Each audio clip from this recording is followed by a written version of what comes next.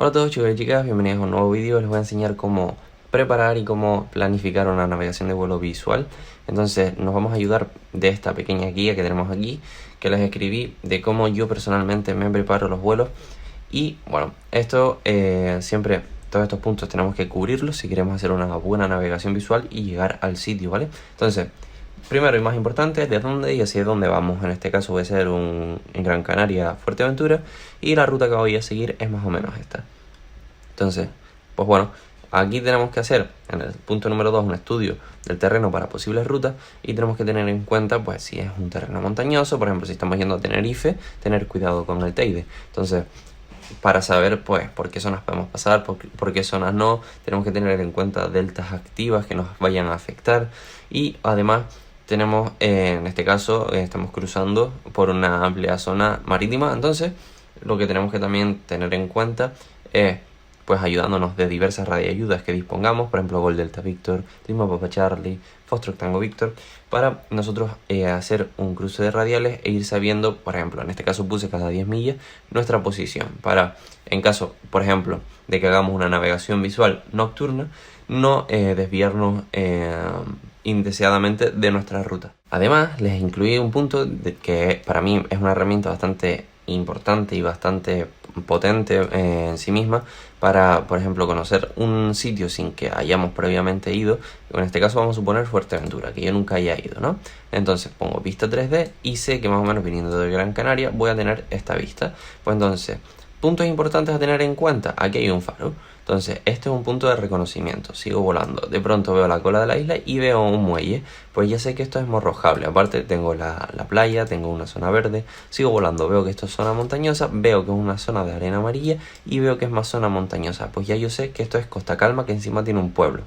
Pues así es como nos vamos ayudando. Luego venimos a Tuineje, vemos aquí que hay un pueblo, un campo de fútbol. Además nos ayudamos de que vemos aquí en la lejanía 2 volcanes negros. Pues sabemos que estamos por Tuineje, vemos además una piscina azul. Así es como funciona, tanto en una isla como en cualquier otro sitio, ¿vale? Tenemos que siempre guiarnos y ayudarnos de las herramientas que dispongamos. Además también les añadí aquí un punto de mirar y chequear aparte zonas de emergencia. Por ejemplo, aquí en Puerto de la Cruz tenemos una pista de aterrizaje. Entonces, ¿cómo sabemos nosotros si nuestro avión va a entrar? Pues aquí tenemos una herramienta que es del metro. Entonces, nosotros con nuestro metro picamos y sabemos que más o menos son 1000 metros, ¿vale? Entonces esta herramienta es bastante importante también para nosotros saber si, pues, con las performances de nuestro avión podríamos aterrizar en ese punto. Continuamos, aquí añadí una parte que pone ver los NOTAM, zonas prohibidas radioayudas en la ruta. Como bien les dije antes, tenemos que tener en cuenta nuestras radioayudas, por ejemplo, para hacer un cruce de radiales, para en todo momento que nos estemos perdiendo o que nos sintamos que no estamos en la zona que debería estar, pues poder triangular nuestra posición. Eso es muy importante. Además también las zonas prohibidas, como ya les dije, por ejemplo aquí nos sale que esto es una zona de tiro terrestre, naval y aire-tierra, y está prohibido y delimitado desde la superficie hasta 6500 pies. Está todo constantemente activa.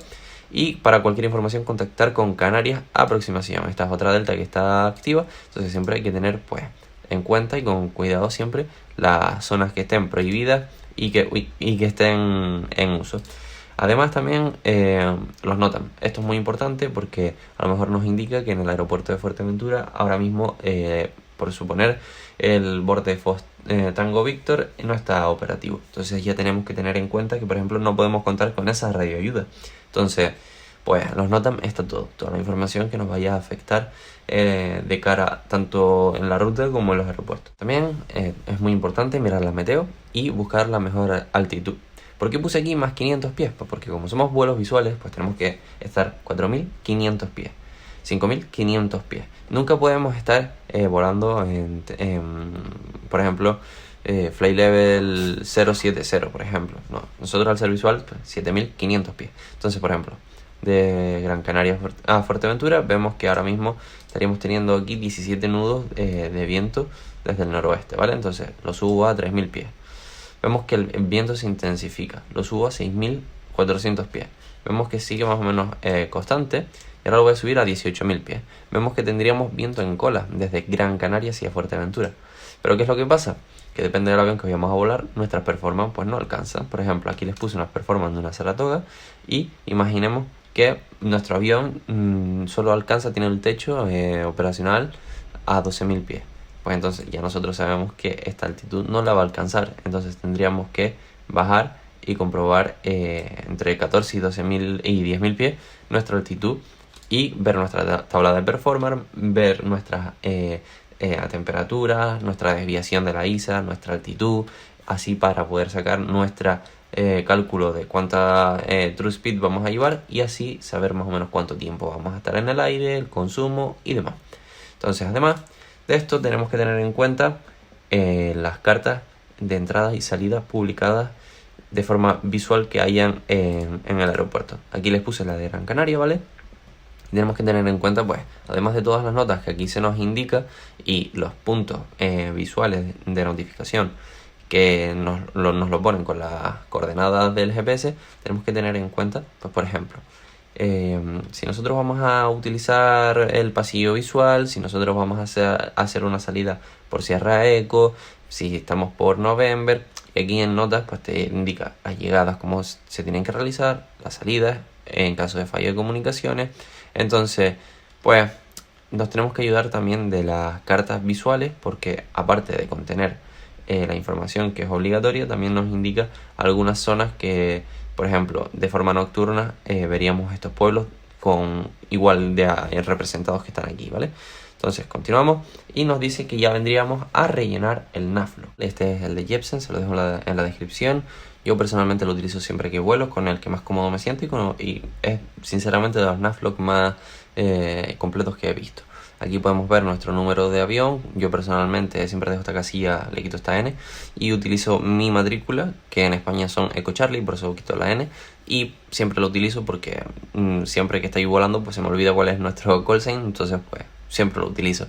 En notas, cada vez que estoy volando yo utilizo aquí nuestro ATIS porque en esta casilla de aquí que está para el ATIS yo no me siento muy cómodo, así que siempre lo apunto aquí y cualquier dato que me brinden pues también lo apunto aquí.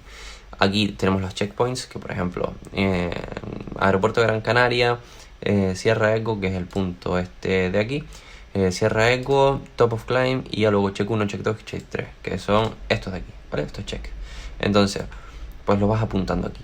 Luego nuestros board, por ejemplo, yo aquí hago una casilla y pongo Lima Papa Charlie, 20 millas, radial 13, sí, 3 y 0. Luego Gol Delta Victor, radial 320, 25 millas. Entonces cuando yo sé que estoy en esos radiales, a esas distancias, sé que estoy en ese punto. Aquí es el curso de la ruta, la altitud. Por ejemplo, si estamos en ascenso antes del Top of Climb, yo personalmente escribo siempre una flechita indicando que estoy ascendiendo o descendiendo. Aquí el viento, tenemos que poner nuestra dirección, velocidad y temperatura, nuestra CAS, que es nuestra velocidad calibrada, y nuestra TAS. Para calcular la TAS podemos ayudarnos de un CR3 o un CRP5, que les dejo ahora a continuación, que son computadores de vuelo. Y si no, tenemos cualquier aplicación que obviamente que esté corroborada, que funcione, ¿vale? No vayan a descargarse una que sea gratis y por la broma les dé mal los cálculos. Y aquí tenemos nuestro True Course, True Heading, Magnetic Heading, Wind Correction Angle, variación magnética, deviación y Compass Heading.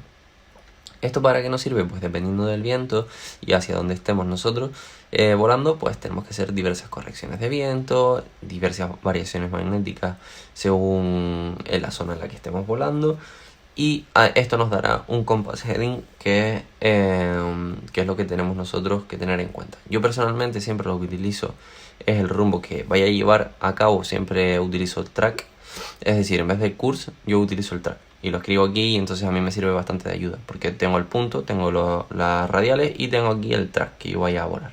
Entonces es una manía que yo tengo, escribir el track, ¿vale? Entonces aquí tenemos las distancias que escribiríamos 100 millas. Si de este punto a este punto son 10 millas, pues 10 y se le resta. Pues como la distancia son 10 millas, pues el remanente, es decir, lo que queda son 90. O sea, esto es matemática básica, ¿vale? La distancia que vayamos a recorrer menos la que teníamos. Entonces si aquí recorremos otras 10 millas, pues de 90 menos 10, 80. Luego nuestra ground speed. Esto es muy importante porque nosotros, por ejemplo, podemos estimar que vamos a volar a 80 nudos. Si, por ejemplo, ponemos 80 y nuestra actual es de 100, sabemos que estamos volando mucho más rápido, por lo tanto el consumo de combustible será menor y además llegaremos más rápido, entonces hay que tenerlo en cuenta. Aquí, en esta casilla, es el time off, que es cuando empezamos a tomar nosotros nuestros apuntes de la ruta. Entonces imagínense que despegamos y empezamos a tomar tiempo 10 minutos después. Pues, por ejemplo, apuntamos aquí 10 y 10. Aquí tenemos galones por hora. Yo personalmente, como lo que utilizo son litros, pues yo quito esto y pongo litros. Entonces más o menos ponemos el consumo por hora. Yo qué sé, 22 litros por hora. Aquí tenemos el estimated time of en route, es decir, el tiempo estimado en ruta. Aquí el tiempo estimado en actual. De llegada. Y aquí ya tenemos el tiempo actual en ruta y el tiempo actual de llegada.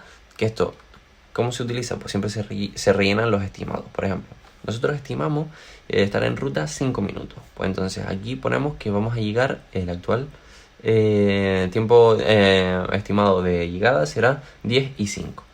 Pues si nosotros, en vez de aquí en el actual, si en vez de tardar 5 minutos tardamos 10, pues en vez de nosotros poner aquí 10 y 5 ponemos 10 y 10, porque tardamos 10 minutos más.